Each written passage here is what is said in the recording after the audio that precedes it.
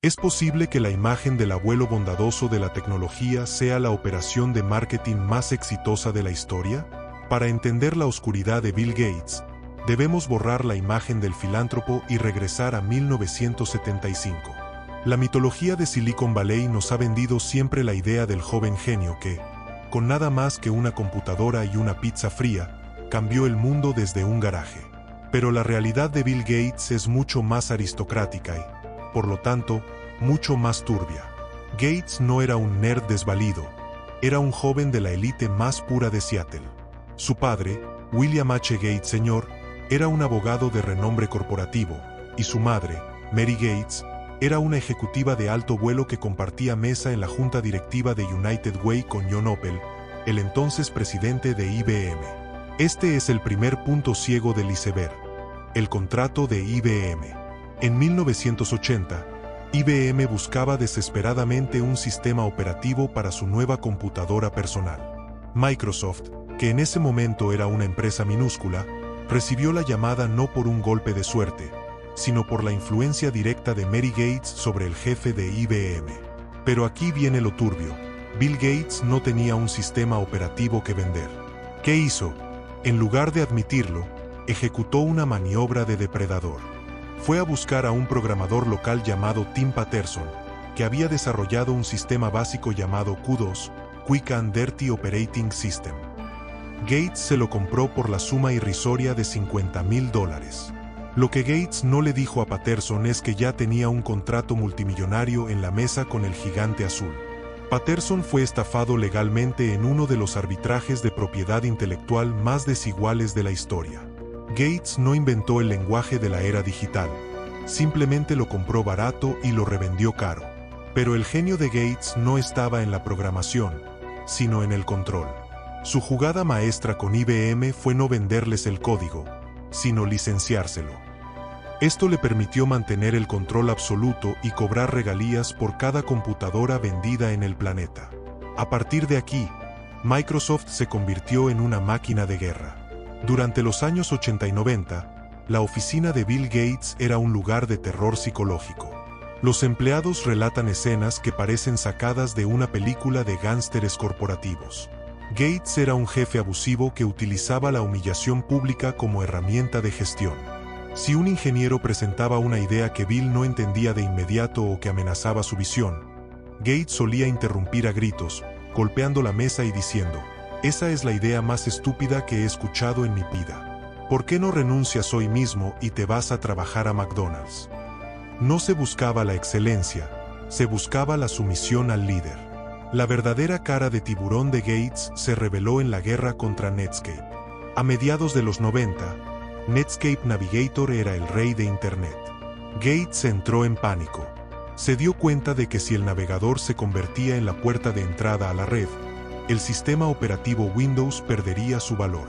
En lugar de competir creando un navegador mejor, Gates decidió utilizar su monopolio para cortarles el suministro de aire, una frase que él mismo usó en correos electrónicos internos. Microsoft comenzó a regalar Internet Explorer, y lo que es más grave, obligó a los fabricantes de computadoras a incluirlo de forma indisoluble en Windows. Si un fabricante intentaba instalar Netscape, Microsoft amenazaba con quitarles la licencia de Windows, lo que significaba la quiebra inmediata para cualquier fabricante. Esto llevó al famoso juicio antimonopolio de 1998. El video de la declaración de Bill Gates debería enseñarse en las escuelas de psicología. Durante horas, el hombre más rico del mundo se mostró como un sociópata corporativo, balanceándose rítmicamente en su silla, fingiendo una amnesia selectiva, cuestionando el significado de palabras simples como competir y mostrando un desprecio absoluto por la ley. El juez Thomas Penfield Jackson, en sus hallazgos de hecho, describió a Microsoft como una empresa que utilizaba su inmenso poder de mercado y sus beneficios para aplastar a cualquier innovador que se atreviera a levantar la cabeza. Microsoft fue declarada un monopolio ilegal y se ordenó que la empresa se dividiera en dos. En ese momento, Bill Gates era la persona más odiada de Estados Unidos. La prensa lo comparaba con los varones ladrones del siglo XIX.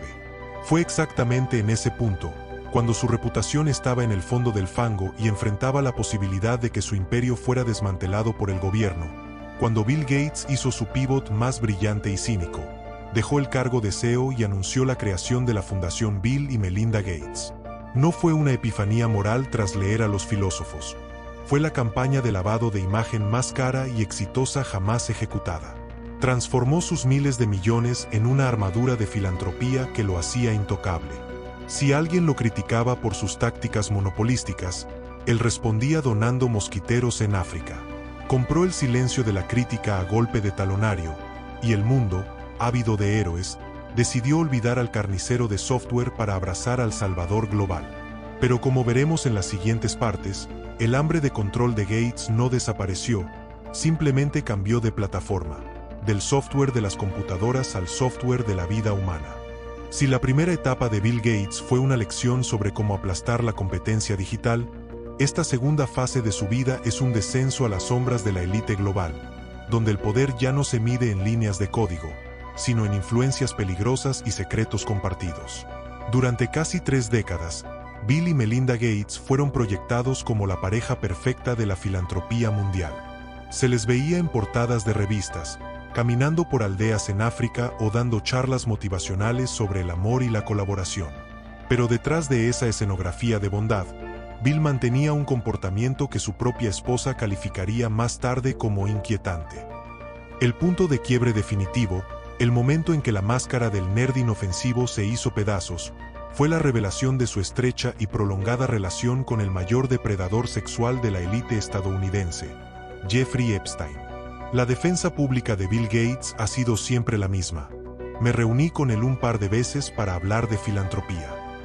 Pero los registros de vuelo, las agendas de los guardaespaldas y los informes de inteligencia cuentan una historia radicalmente distinta y mucho más sucia. Gates comenzó sus reuniones con Epstein en el año 2011, cuando Epstein ya no era solo un financiero excéntrico, sino un delincuente sexual convicto que había pasado tiempo en prisión por prostitución de menores.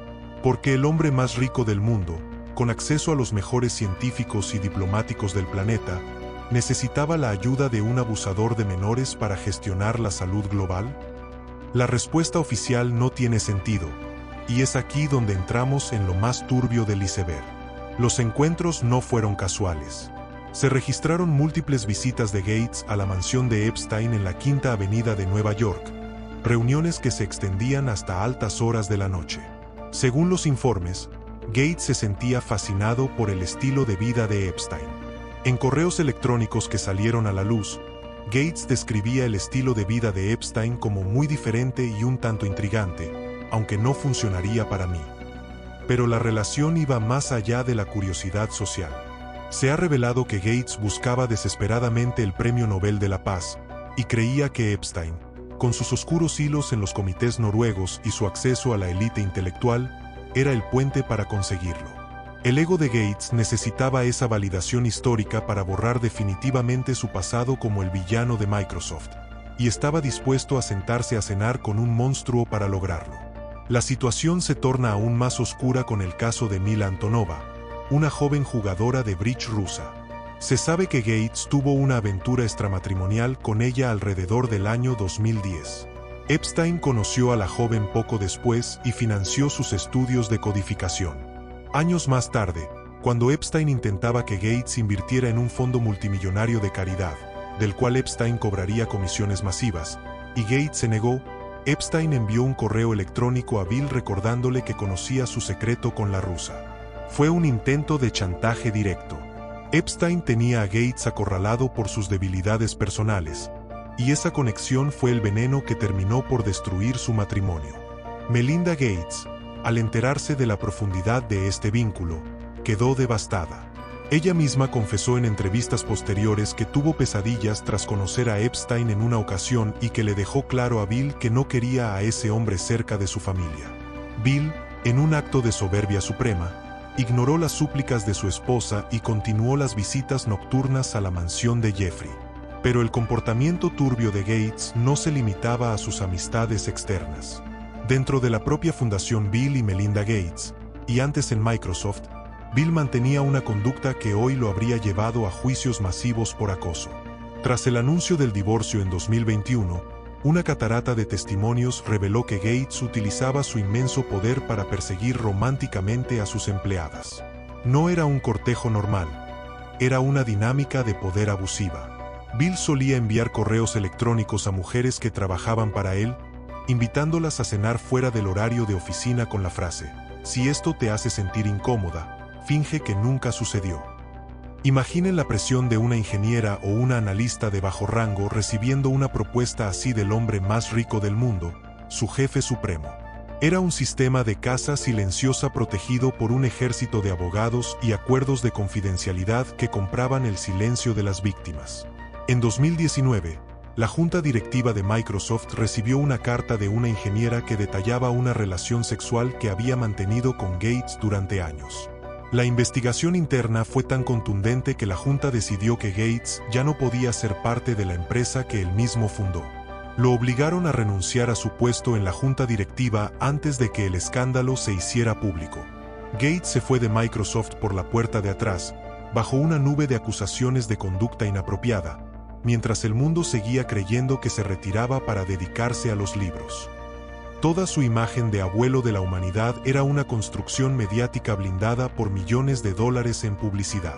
El hombre que predicaba la ética climática y la salud de los niños era el mismo que volaba en el Lolita Express y que utilizaba su oficina como un terreno de seducción forzada.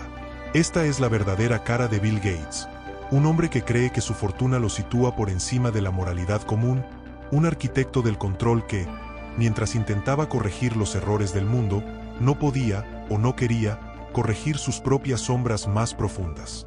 Bill Gates ha pasado de controlar el software de nuestras computadoras a intentar controlar el software de nuestra supervivencia, la comida y el clima. Hoy, es el mayor propietario privado de tierras agrícolas en Estados Unidos, poseyendo más de 100.000 hectáreas.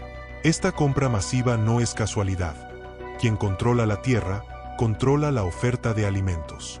Gates es el principal promotor de la carne sintética y las semillas transgénicas patentadas, impulsando un modelo donde la alimentación global dependa de tecnologías que él mismo financia y controla.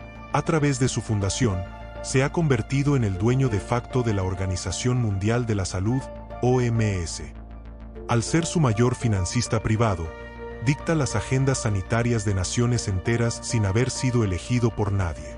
En India, sus programas de vacunación fueron llevados a los tribunales tras denuncias de experimentos médicos sin consentimiento en poblaciones vulnerables. Gates utiliza su inmenso poder para decidir qué enfermedades son prioridad, a menudo beneficiando a las grandes farmacéuticas con las que mantiene vínculos estrechos, mientras bloquea la liberación de patentes que permitirían medicinas más baratas para los países pobres. Su visión del futuro es un sistema de control total. Financia proyectos de ingeniería climática para tapar el sol liberando partículas en la atmósfera, un experimento de alto riesgo que podría alterar los ciclos de lluvia de todo el planeta. Además, es el mayor defensor de la identidad digital vinculada a registros sanitarios, un sistema donde tu capacidad para moverte, comprar o trabajar dependería de un código QR.